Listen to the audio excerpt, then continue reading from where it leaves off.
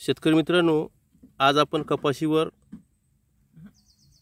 इथे फवारा घ्यायचा आहे।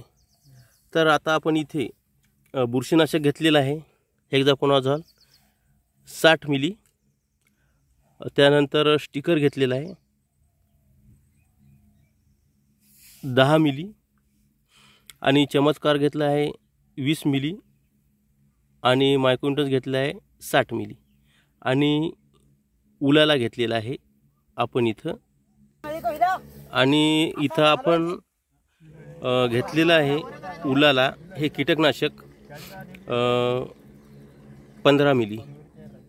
अशा प्रकारे आपण इथं सर्व काही औषधी वगैरे घेतलेली आहे, आणि पंपामध्ये आपण इथं टाकणं चालू आहे, आणि फवारा पण चालू आहे, आपण इथं बघू शकता।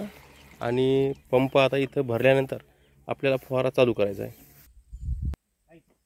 आणि इथं आपण काही औषधीचं पाणी केलेलं होतं ते पण आपण इथं टाकत आहोत। बुरशीनाशक घेतो आहोत आपण 60 मिली।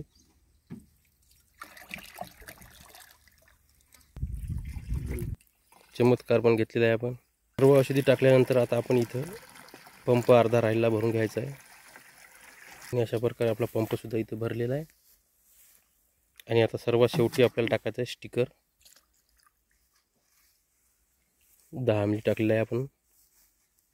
तर अशा प्रकारे आता फवारा आपला चालू केला आहे, आणि फवारताना सर्वात महत्त्वाचं म्हणजे झाड पूर्ण भिजलं पाहिजे। अशा प्रकारे आपल्याला इथं फवारा घ्यायचा आहे, कारण परिपूर्ण झाड भिजल्याशिवाय आपल्याला कुठलाही रोग आहे हा कंट्रोल करता येत नाही। तर त्यासाठी आपल्याला झाड कशा प्रकारे भिजवायचं, तर पूर्ण झाड आपल्याला भिजवावं लागेल।